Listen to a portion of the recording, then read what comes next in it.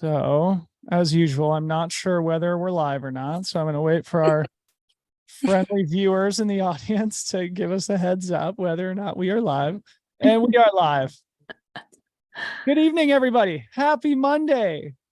Who watches Monday Night Football anymore? It's Monday Night Trail Running. My name is Dylan Bowman, joined by two great co-hosts this evening, MK Sullivan, broadcasting from Reno. Good evening, MK. Hey. And of course, Danny Moreno, broadcasting from, I think, Mammoth Lakes, California, although it looks like Chamonix over your shoulders there. I haven't changed it yet, but yes, Mammoth Lakes.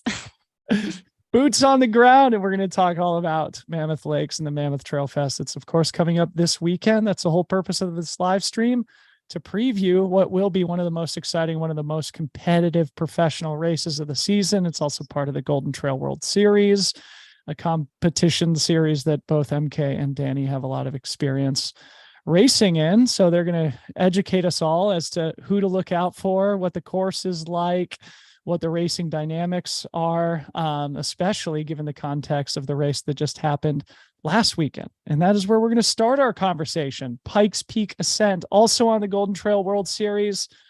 I don't know who to start with here. Maybe we'll just pass the mic to both of you, starting with you, MK, if you want to just give us the top line reactions from the weekend of racing down there in Southern Colorado before we go into some of the details. Yeah, I mean, obviously the big headline out of this weekend was Remy Bonnet breaking Matt Carpenter's, I think, 30-year-old record. And I mean, Sophia Lockley just like putting on a masterclass and being super dominant, taking her third win in the Golden Trail World Series events this year. Danny, what about you? Yeah, I mean, same takeaways. I think there's a lot of prestige in the races in Europe for, being the 20th anniversary, etc. But here on our home state, homeland, in the United States, Pikes Peak has been around a bit, and this record itself has been 30 years old since it's been broken. So that to me was really exciting. And then, yeah, Sophia just continuing to be dominant, establishing herself as one of the best sub-ultra runners in the world, if not the best right now, and just in the last couple seasons too.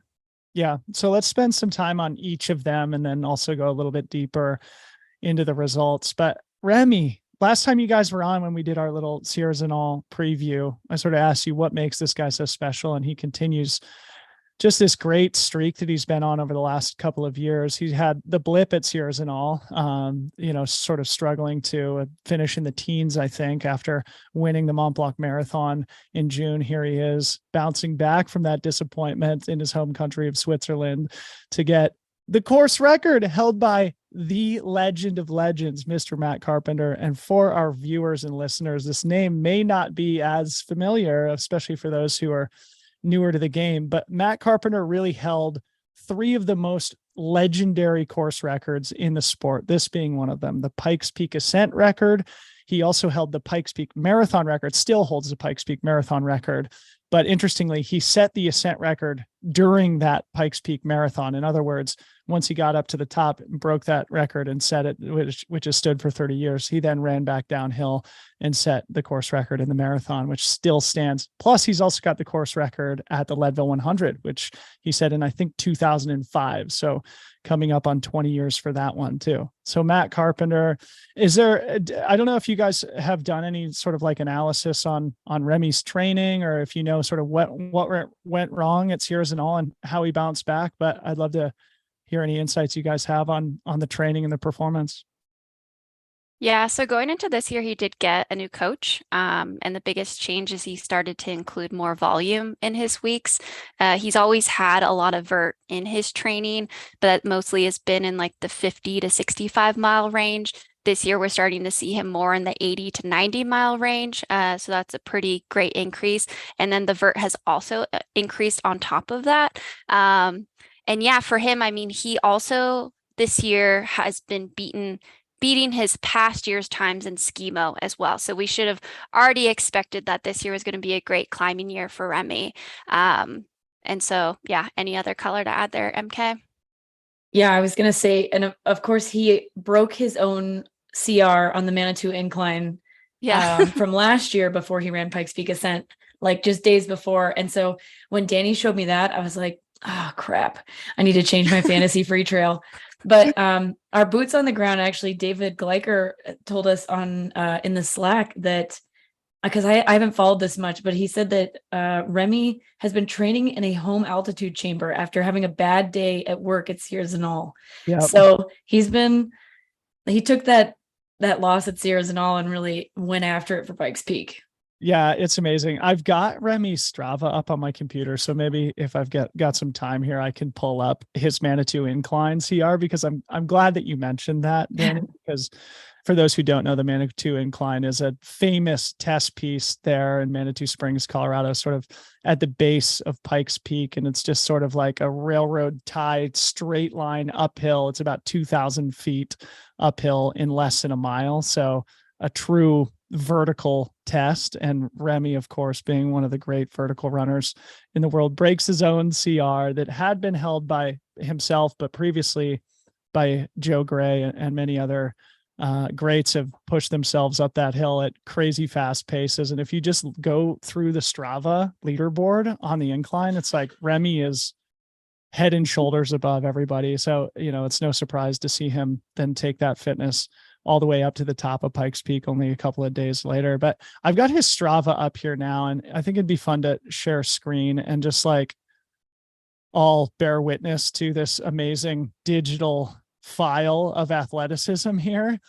And just to sort of paint the picture for the audience who's never been to Pikes Peak, obviously it's about a half marathon up the hill, 7,500 feet of climbing in that half marathon.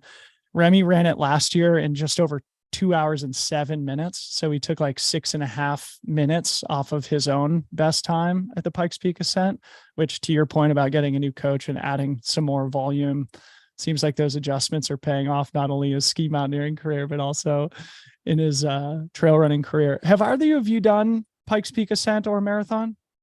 Yeah, I did it last year. Tell us about it. Set the stage for some of the viewers here, because from what I understand, like if you look at the elevation per mile, like it seems like it's relatively runnable, but the major challenge is that obviously you're going up to 14,000 feet. Yeah, we talked a little bit about this with Sophia last week when we were interviewing her. And so Pikes Peak starts in Manitou Springs, which is around 7,000 feet, and it ends up at Pikes Peak, which is a 14er. And so over 13 miles, you gain a little over 7,000 feet. Which sounds like a lot, but when you're out there, it's like so annoyingly runnable. Definitely a douche grade. And so Sophia was making the joke that she walked last year and it felt like it was downhill. And that's so true. Like if you try to walk, it's useless. So you basically have to run the entire thing. And obviously once you get above 10,000 feet, like it gets brutal. So if you look at Remy's gap paces, actually, he starts out like super consistent in the fives, but his last couple miles like kind of get closer to 7 minutes. It's inevitable that people are going to die up there. Like It's pretty much impossible to hold the same effort throughout the entire race. But him being that close, like throughout the race, is, I think, just so impressive. It really is insane. I mean, if you like understand the history of the Pikes Peak Ascent and the Pikes Peak Marathon too, like it's an old race, and some of the absolute icons and legends of the sport have pushed themselves here. People like not only Matt Carpenter, but Killian Jornet and Dakota Jones and Joe Gray and people like that. And so Remy Bonnet coming out and winning by a very comfortable margin. And this is probably a good time to sort of pull up another graphic that I have and go a little bit deeper in the results list, but he ended up winning by like 4 minutes. Yeah. I do want to note one more thing. I do think the weather obviously played a huge part in his time this year. It was so much cooler this year than it was last year. And I obviously didn't run the race, so I don't know this to be true, but the top portion, those last 2 to 3 miles, are super sandy because you're up so high. So I imagine that in some senses, the packed down snow may have helped. That is really interesting, because the visuals and the photos from the top of the mountain, which were beautiful, it really captured the essence of Colorado in this time of the year, sort of the early fall. And it seemed like they had a dusting of snow, but a beautiful blue sky day. And yeah, that is interesting whether that actually made the course a little bit more runnable or a little bit quicker, especially at those higher altitudes. So again, just adding an exclamation point to it, this record has stood for 30 years, right? Remy Bonnet coming all the way from Switzerland to break it, training in an altitude chamber to make sure that he's acclimatized. Matt Carpenter famously lives in Manitou Springs, owns, I think, still an ice cream shop in town. So that was his local hill. I'm sure, he's both proud to see that record go down to the next generation, but also like, what the heck, man, this was my mountain. Remy Bonnet, I believe he's 28, so the record was done before he was even born, which I think kind of adds to this whole story. And I think the buildup during the week, I found it to be super fun. It's going to be snowy. The record's probably not going to go down. And then the dude goes and takes 7 minutes off of his time, which is just absurd. But I think one of the things that really stood out to me is there was a bonus this year that if you broke not just the record, but you broke 2 hours, you would get $10,000, I believe. Remy Bonnet was the freshest person crossing the finish line, and they got him on the mic ASAP. And immediately he was like, I'm coming back next year. I'm breaking 2 hours. And everyone went crazy. They're like, what? Yeah. But also, I just think it's so cool that this race, like Western states, like how fast and competitive these American well-known races are becoming with the introduction of international competition. And with that note, I'd like to also, touch upon Patrick Kipniego from Kenya. This was his first time ever running this race. And a lot of people have told me like it's very helpful to know this course, which Remy does now. And Patrick ran 2:04 in his first time ever out here. And for reference, I think Joe Gray's fastest time is like 2:05 low. So Patrick comes and run almost a minute and some faster than Joe, who has run it numerous times. And, respect Joe, he's the king here in America. But I just thought that was incredibly impressive. And listening back to Remy, he actually followed Patrick at the start of the race, and then he passed him with a few miles in. So now I'm going to share a very cool graphic with all credit due to Mr. Steven Shearer here, who I've never met, but over the last few weeks, ever since UTMB, really, he's been producing these amazing visuals of the data that he compiles via, various platforms, the official splits, and then even goes deep on some of the runners' Stravas to reverse engineer some of the data that ends up looking like this. And so just to sort of provide a little bit of background here, this is the men's time behind the leader. And so it gives us a little bit of an interesting check in to see like where people started to fall back or where Remy really like separated from the field. And the thing that Stephen pointed out that I thought was really interesting, like obviously not taking anything away from Patrick, who you just mentioned, but it looked like Patrick was only like a minute or a minute and a half. Yeah. 1:25 down from Remy with about a mile to go. And Remy, of course, finished almost 4 minutes ahead of him. So in that last mile, Remy put like 2.5 minutes into Patrick. So again, just a testament to Remy being the beast, especially on these pure uphill climbers courses. So, really interesting. And you can see then people who like Daniel Ozons, who was sitting in 4th place, ended up fading back to 8th by the time he got up there. So you can really see sort of like how the race played out in this sort of digital visualization format. So shout out to Stephen Shearer, who put this together for me to use on the broadcast this evening. I think it'd be good to talk about some of the deeper men's results before we go over and talk about Sophia Lockley and the women's race. Any other sort of names that you wanted to mention? I think obviously Eli Hemming is worthy of a major shout out. He's been having an awesome season, an awesome couple of years, and is competing really well on the Golden Trail World Series, and super consistent competitor, coming home with a 3rd place finish here at Pikes Peak. Anything you guys want to say about Eli? This was, I think, to be expected from Eli based on his performance last year, at least in my opinion. I think him being outside of the top 5 would have been a bad day for him. So seeing him in 3rd, I think is good, but also expected, at least from my perspective. Yep. Yeah, honestly, this whole race, something that stuck out to me is this growing contingency of younger American sub-ultra runners. I think in the past few years, the women have gotten potentially a little bit more love with standouts like Grayson Murphy, Allie Mack, now Sophia Lockley. And so the women have kind of been in the mix potentially a little bit longer, with Joe Gray being obviously the standout. But it's so cool to me that now we have guys like Eli Hemming, Chad Hall, Micah, Sam Henry, Christian Allen also got in there in the mix. He's had some great results overseas. So I'm just really excited to see them like sticking their nose in it and getting involved in these super packed international results. Yeah. And honestly, Seth Demore is on fire right now. Say words about him, because he's a beast, man, and he finished fourth. Yeah, I don't know much about Seth, but I know that he also did really well at the uphill race in Italy that they took a US team to. I'm totally blanking here. Yeah, Challenge Selena. He did really well there. The men's team overall, I think he was second behind on team wise behind Christian. And so like honestly, fourth place was a surprise to me, but I hope he's like continuing to race this year because he's like on fire. Yeah. And I'll pull up the graphic here one more time, but you can see maybe like the best executed race of the day belongs to Seth, because he has experience on the course, going back to what you were saying earlier about, having experience here at Pikes Peak being a big advantage. It seems like he knows how to run this race. As I struggle to share my screen here, give me 1 second. Yeah, I looked it up and he's ran the Ascent 3 times and the marathon twice, yeah, from what I could find. So Seth is represented by this purple line. So you see, early in the race, he's sort of like in the back half of the top 10, slowly but surely, everybody starts cracking and fading.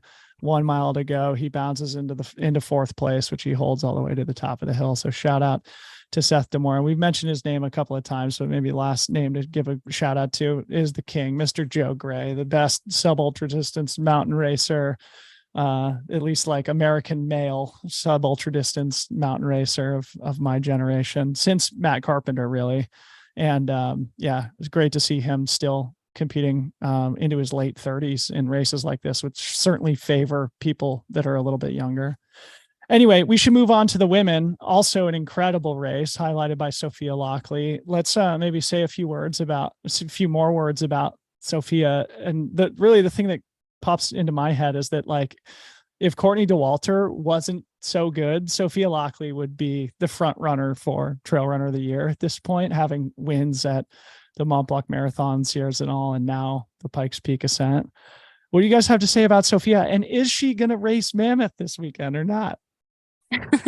I'll say something really quick first. I just am continuing to be impressed by how quickly she's learning. And in our most recent pod, she touches upon how she's starting to gain more experience in the tactic of races. And so in this race, I wasn't sure if she was going to just go off the front, but no, she actually sat and waited patiently behind Judith until the opportune moment, and then at that point, just went on to win the race. Anything? Yeah, I was just going to say, make sure you guys go listen to our pod with Sophia that we dropped this week. It was great chatting with her, but yeah, I mean, just second everything that Danny says. Sophia is so impressive. She's obviously a huge talent. Watching her climb is so fun. So this is just the perfect race for her. And honestly, I hope she comes back again and one of these times goes for the record, because that women's record it's a long time coming for sure. Yeah, like the Matt Carpenter record. One thing that I think is also interesting for our viewers and listeners here is Remy Bonnet is, of course, a multiple-time ski mountaineering world champion. Sophia Lockley is, of course, an Olympian in Nordic skiing.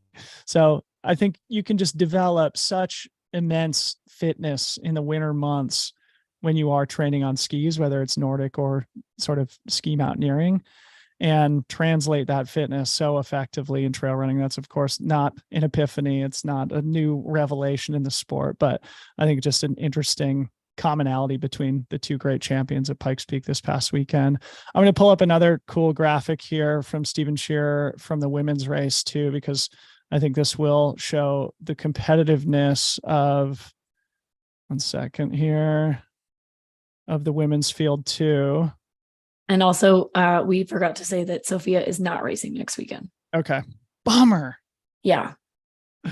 Anyway, she's got to draw the line somewhere, and we can totally respect that, even if our entertainment is compromised.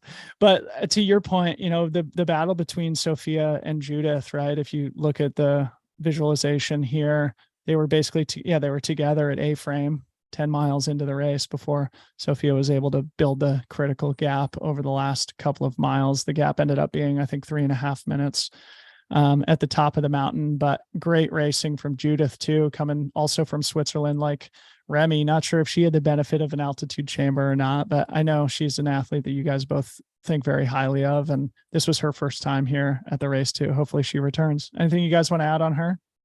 Yeah, I mean, this year she was second at the World Championships in the short trail. And, she kind of was in the middle of a comeback year last year. And honestly, what I find interesting is that Sophia is currently leading the overall series, and she has 600 points at this point, I believe, MK. So because she has Mont Blanc Marathon, Sierre Zinal, Dolomites, where she got second to Judith, and then she had Pikes Peak. And so it takes your 3 best scores, and in first place, you get 200 points. And so the more I thought about it, because Sophia's time was a couple minutes slower than it was last year, which I maybe was suspecting because of the snow. But the more I was thinking about it, not to assume too much, I think she was just honestly gaming it up. Like, she had to beat Judith, and she wanted to do that in the most secure way possible, because now if Judith gets another win here at Mammoth Trail Fest potentially, then she doesn't have a perfect score, where Sophia now has secured that perfect score. So impressed with both of them. Wow. I think you're right, Danny, especially after talking to her about Sierre Zinal and how confident she felt being in 5th place on the climb. And then, just being able to run people down like in the second half of the race, it makes way more sense for her to just play it safe than it does to go out, on record pace or something in the snow and then just totally die and end up 3rd or 4th. Yeah. So interesting tactics there. What about Anna Gibson, I should say, excuse me. She corrected me on that at Broken Arrow. Anna Gibson, who has recently signed her first professional contract with Brooks after graduating from the University of Washington, where she recently competed in NCAA nationals. She won the VK at Broken Arrow earlier in the summer, then was second in the 23K behind Allie Mack. And now her first time at the Pikes Peak Ascent, competing on the Golden Trail World Series big stage. Anna Gibson comes home with a 3rd place, sort of like Eli Hemming, just really solid young talent in the sport. I was super excited about this result. It looks like from this graph, actually, I'm glad we still have this pulled up, that she went out pretty hard compared to some other people and held it for a while and kind of died. But she's from altitude. She was born and raised in Jackson Hole, Wyoming. So I think that definitely plays to her advantage on this course. Yes, she may have fallen off quite a bit at the end, but she still has that strength to be able to hold on a little bit more than everybody else. Yeah. I was going to say, I am super impressed, but also not surprised. She recently had a really strong race at Challenge Stellina. Challenge Stellina is kind of like this forgotten about little sister at some points, because there's so much going on during the summer, but there's some mega sub ultra talents that go and run that race, like Grayson Murphy, who ran that last year. And I believe she got 3rd there, 3rd or 4th, competing against 3rd. Yeah, competing against some really strong Europeans. So for her to come here and get 3rd, I think is just a testament to that result and experience growing in the sport. Yeah. And awesome. I'm excited to see where she takes it, because for the first half of this year, she was hurt. The end of her NCAA season was just kind of I think a bit of a disappointment for her, because she just couldn't train. So she's still a little bit behind, I think, on the year. Yeah. And she is on the start list for Mammoth Trail Fest this weekend. But yeah, just Anna Gibson, I think, is a name that we should flag for the listeners and viewers and fans of the sport. She's very much in the early innings of her career, and a name that we will be seeing a lot more in the future. Rounding out the top 5, a pair of Spaniards who I'd love to hear you both say a few words about. Malinosa, who I'd never heard of before. I just started following her on Instagram. And of course, Sarah Alonso, who was coming back from injury. Maybe give some color on the two of them. Yeah, Malin. Oh, go ahead. Okay. No, you got it. Malin has a big soccer background. She's very young too. I want to say she's 20 or 19. Yeah. And so her and Sarah, I think they're actually like pretty close friends. And Sarah got into the sport first, and then Malin started joining the sport last year. And she really made a splash at last year's Golden Trail World Series final, where she was starting to get in the top 5 of those stage races a couple of times there, with Sarah leading the way. And so I thought it was just really fun to see them both go 4-5. Neither of them are from altitude, so I think they're just enjoying the Sufferfest. And then to add on the snow there, Sarah Alonso, I love her character. She never runs in a shirt. And so, staying true to that at the top of Pikes Peak at 14,000 feet, she's in a sports bra with snow on the ground. But yeah, Sarah, I mean, she's a mega talent. She won Mont Blanc Marathon last year, was third in Sagama behind Nienke Brinkman and Maud Mathis, 2 goats in our sport. So she's just getting back to it. And so for her to come and get 5th at altitude in the cold, I think it's just showing that she's on her way back. She said in one of the pre-race interviews that she hadn't run over 20K all year. So this was like the longest run of her year. And of course, yeah, that talent is proven on such a big stage. To take home 5th place is amazing. Yeah, and then one more shout out on the women's side, Alicia Shea. What a surprise here. Wow. She's kind of been absent on the scene for a couple of years, and she used to have the rim to rim record. I think she has a win at Transvolcania. So she's a few years removed, but for her to come and get 7th in this race, I just think is awesome. And she's on the start list for Mammoth Trail Fest as well. Yeah. Heck yeah.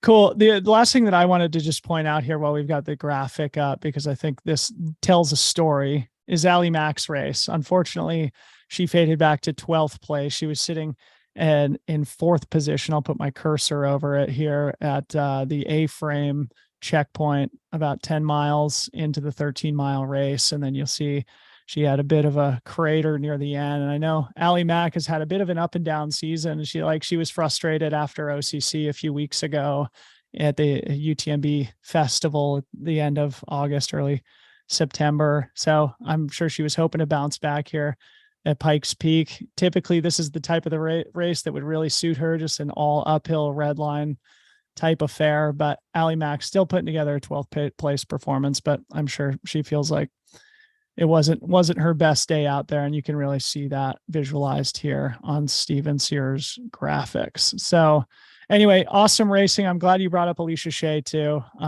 Yeah, you hadn't seen her name in the results list for a long time. So, but obviously has a lot of talent and a great background, a lot of experience. So great to see her back in the game, and look forward to seeing her in Mammoth this coming weekend. Speaking of which, is there anything else we want to touch on before we go ahead to next weekend? Maybe we can just do a quick update on the Golden Trail World Series standings, because I think I have that up here. Yes, I do indeed have it up on my computer. So we'll look this up just to give people a little bit of heads up going into Mammoth, where things are standing and who is actually going to be competing.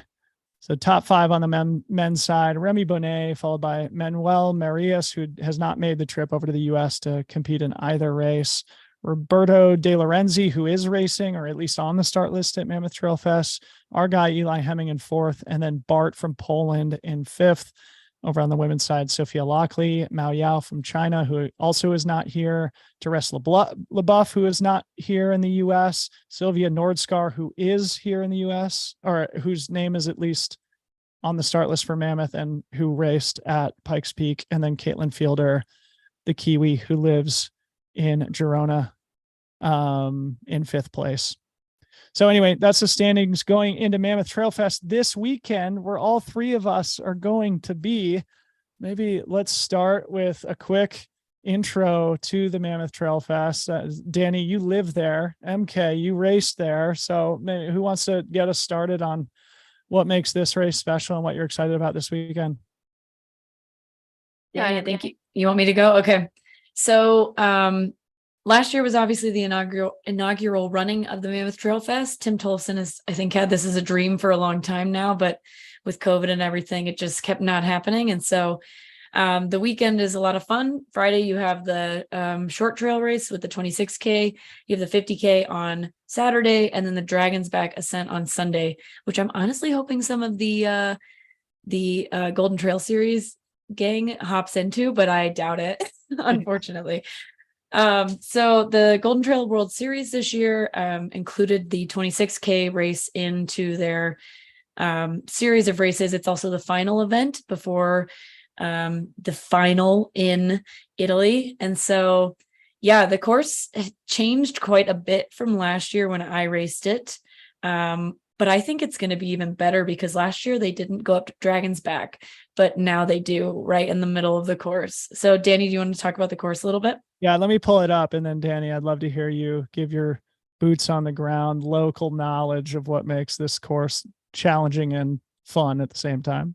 Yeah, I was gonna say this course is brutal.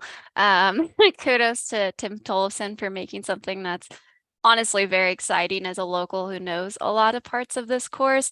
So we'll start out in the village, and the first, I would say, like couple of miles are going to be wicked fast. You're going uphill, but for these runners who just ran Pikes Peak, this is going to feel pretty like rolling terrain. And then so you're going to go high octane. A lot of people are probably going to go pretty lactic, and then you just shoot straight up Dragon's Back, which is a very famous route here in Mammoth Lakes for us locals. It's what we train on when we're prepping for European races because it's the closest simulation we can get to a long grind with a lot of gain and stuff. But what's fun about the route that Tim picked, because there's two routes, is there's portions of it that are very exposed, kind of getting more on the dragon's spine that I think the European attendants will really appreciate. And yeah, it's a pretty short climb, but when you're in it, it just feels extremely long. Yeah. It's so just then so high. it's very high the whole time. It's very dry. There's a lot of sand. So imagine, going between 9 and 11,000 feet, just trying to push up sand. It's pretty brutal. Having done it a handful of times. Then we're going to crest over the top. And then the downhill, I think, is extremely fun. There's some parts that are a little bit more technical, some parts that aren't. There's a couple of surprises in there, a couple of uphills still left in the tank for us to enjoy. And then we'll wind down to the village for the finish. Yep. And I recall like at least these last maybe 4 or 5 miles, those are screaming fast too. If you have the legs, Yeah, I was gonna say they're like obnoxiously flat. Not so flat. well, it's sort of like that's sort of like pumicey, sort of like yeah. But after you've been hammering that downhill, once you get to it, I remember last year I was just like, oh my God, I don't want to run any further because I don't have this like hill pushing me down anymore. Yeah, people tend to think of the climb up to the mountain being tough, right? Because you're topping out. But when you're pushing down through elevation, it's really quite exhausting, especially when you're experiencing Sierra kitty litter, as we explain it. So it's basically just like pumice sand that takes it from your legs the entire time. Yeah. So you mentioned that this course is different from last year, which was the inaugural running of Mammoth Trail Fest. How do you feel like times will compare? Obviously, it's a much deeper, more competitive field with the Golden Trail World Series. Do you think that this course is faster, slower? What do you think? I think it's way faster. I don't even remember what I ran here last year, but I think the men will go under 2 hours and the women will be right above it, maybe 2:10. What do you think, Danny? I think the men will be, under 2 hours, and the women between like 2:10, maybe 2:20. It depends on Dragon's Back, honestly, because that climb just is such a grind. And when it's a little cold too, when you go up Dragon's Back, it's extremely exposed and it kind of gives you more of a frostbite sort of feel. Speaking of cold, great transition here, Danny. Let's just give a little glimpse into the weather forecast for the weekend. In the middle of the day, I'm sure it's going to be really nice and pleasant there in the Eastern Sierra, but with early start times, it is going to be pretty chilly. You see a low of 29 degrees on Friday. So Friday morning will be probably pretty chilly. Saturday, not much warmer with a high of 34, Sunday 35, but it should be, pretty fast running conditions. I think last year was pretty warm. So, I'm excited at the idea of like a little bit of a cooler race. Yeah. Okay. So let's talk a little bit about the fields here before we start winding down. Danny, are you racing this weekend? I am racing. Racing the 28K. MK's running the 50K. So we've got two competitors here on the show. Maybe we'll start with you then, MK, so we don't have to have Danny break down and analyze her own competition in the 28K. Starting with the women, Sophia Lockley is not coming to the race. Anna Gibson is coming to the race. Judith Wider is not coming either, is she? She's coming. Yeah. She is coming. Okay. She needs to be added to free trail though. Okay. Yeah. Making a note of that. Actually, Travis is watching. So Travis add Judith to the free trail start list. So MK, yeah, maybe tell us about, beyond Judith and Anna Gibson, who you think are going to be some of the main contenders this weekend. Yeah, I think Allie Mack, despite a bad Pikes Peak performance, you can't ever really count her out. She may not be ready, but she very well could have another like Broken Arrow 23K kind of day.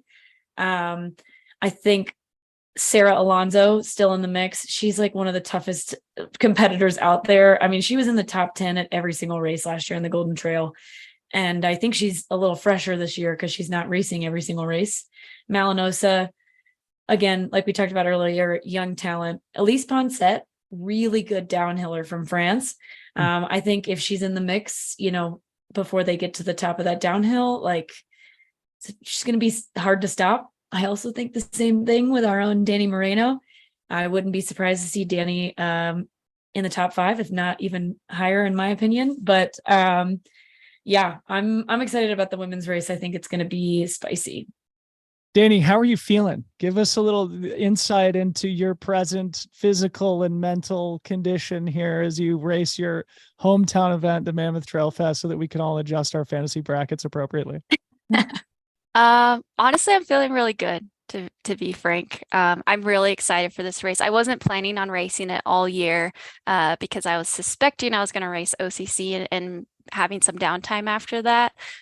So having this kind of as like a late ad ringer type of addition to my race, I'm just so excited. And I feel like I have an advantage, obviously, because I know the trails that we'll be hitting and the climb of Dragon's Back. It is a climb that I feel like if you kind of know it, it helps.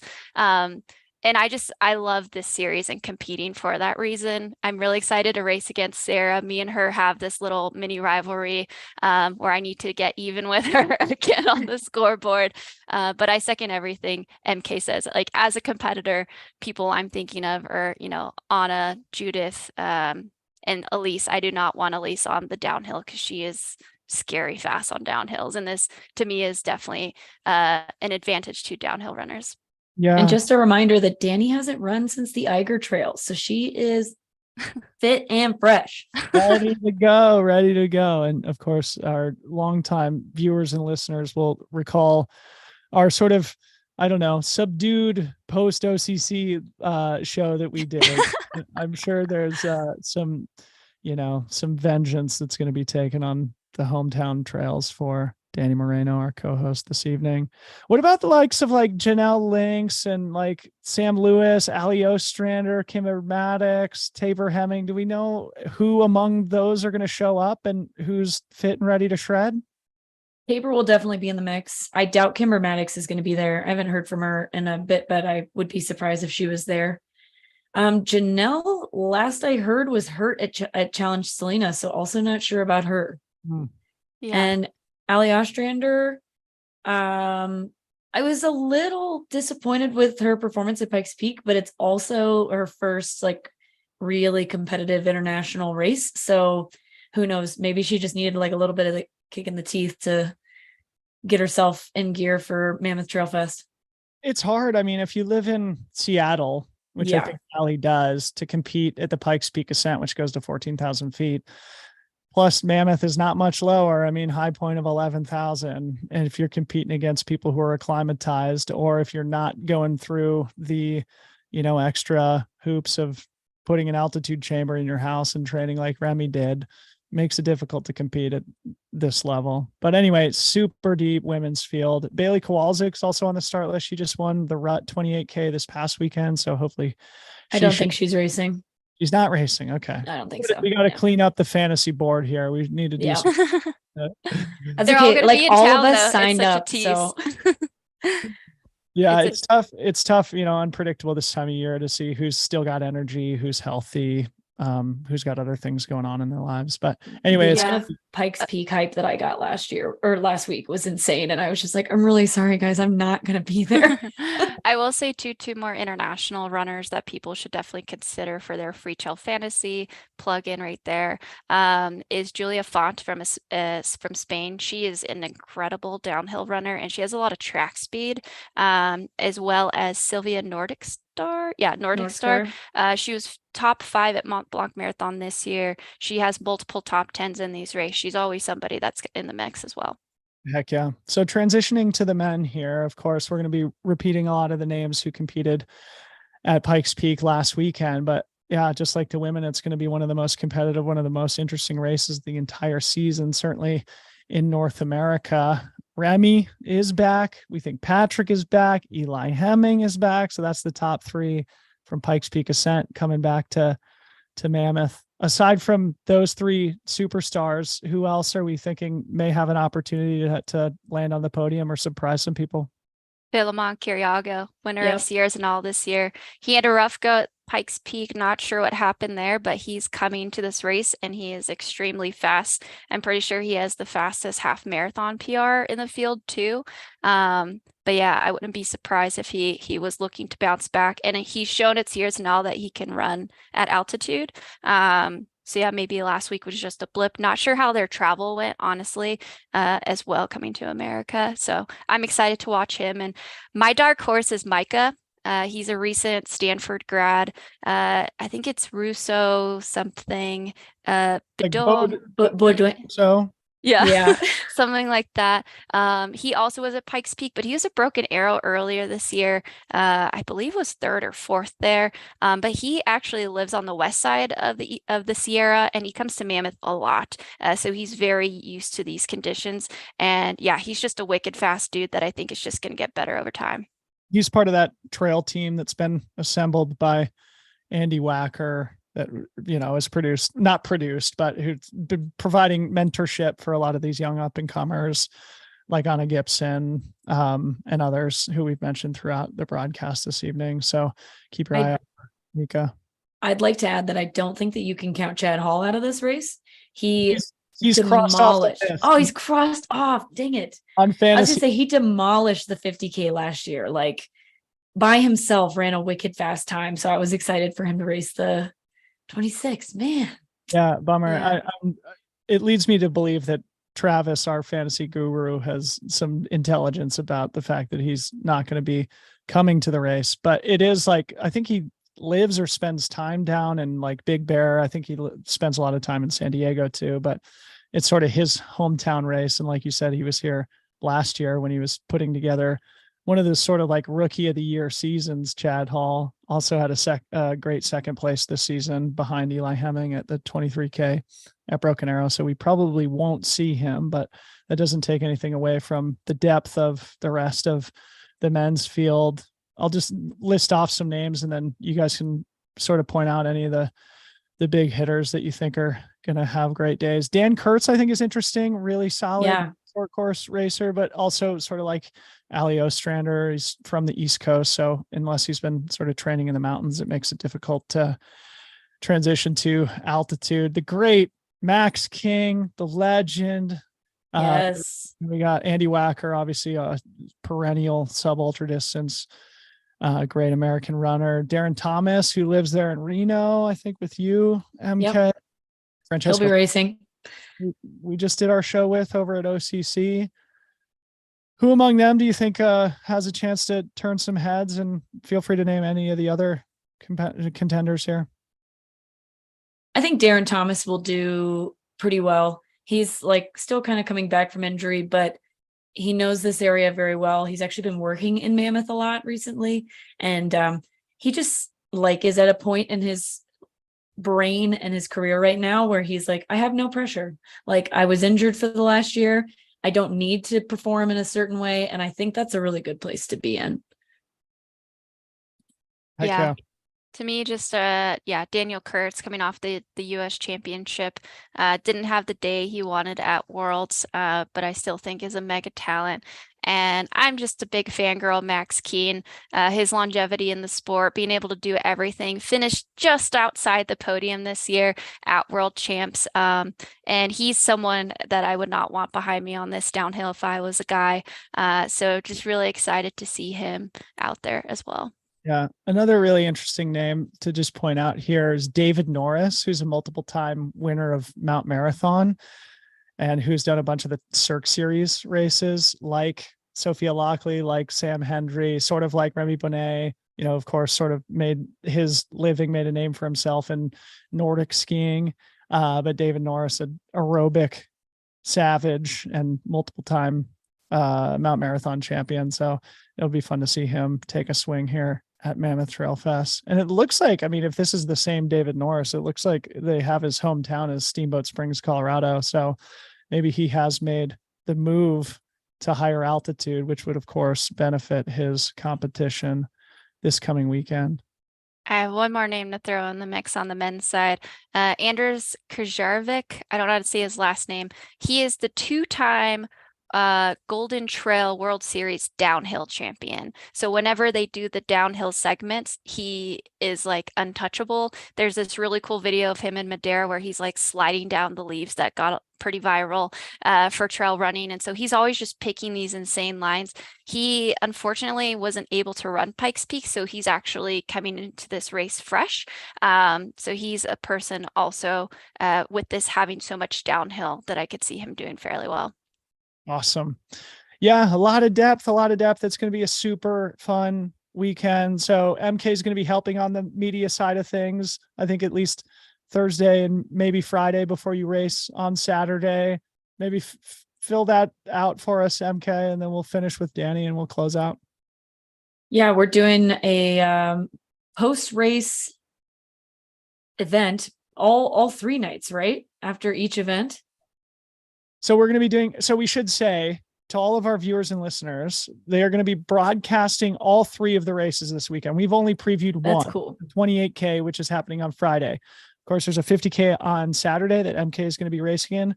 We're not going to preview that tonight because we're going to be talking about that a lot this coming weekend. 50K is on Saturday. And then on Sunday is the Dragons Back race, which is sort of like the equivalent of Mammoth Trail Fest's VK, more or less. So 3 races, we're broadcasting all 3 of them. And like MK was just saying, we're going to be doing a daily recap show Friday, Saturday, and Sunday evenings. This is all being put together by Mountain Outpost. So Jamil Curry, Matt Feldick, and their team down in Arizona are making the trek to Mammoth just to broadcast this race, which is amazing. And at least MK and myself are going to be helping out with some of the media stuff. I'm not sure if Danny's going to be jumping in, but we'll let you tell us. Unfortunately not jumping in. I have to go to a wedding, but MK and I are hosting a trail trivia on Thursday morning after the shakeout run. We're going to have 2 teams, basically a crowdsourced team and some of the pro athletes that are competing in the race on Friday. And yeah, we're going to be doing some fun trail trivia there with the Sub Hub. So hope you could come out to that. And then I think shortly after that is when Tim Tolfson is going to be doing the course debriefing. So come out for some free coffee, try on some shoes and stuff at the expo, hang out for trivia, and then you'll go right into the course debriefing. Any parting words from you, MK? It's going to be a fun weekend. I had so much fun at Mammoth Trail Fest last year, and I'm excited that it's an even bigger event this year. So yeah, come join us.